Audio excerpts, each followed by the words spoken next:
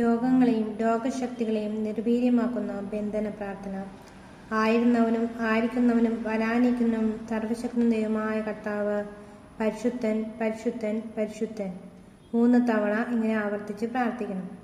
യേശുവേ രക്ഷക, അങ്ങയുടെ പരിശുദ്ധമായ നാമത്തിന്റെ ശക്തിയാൽ അത്ഭുതങ്ങളും അടയാളങ്ങളും രോഗശാന്തികളും ഉണ്ടാകട്ടെ.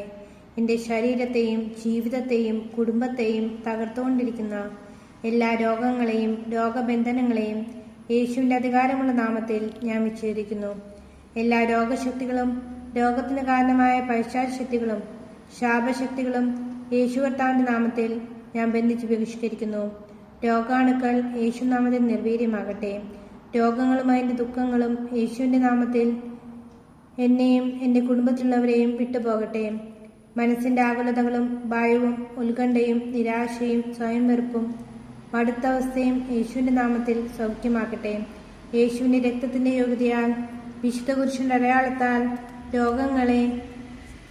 രോഗശക്തികളെ നിങ്ങളോട് ഞാൻ ആജ്ഞാപിക്കുന്നു. എന്നേക്കുമായി എന്നെ വിട്ടുപോകുക.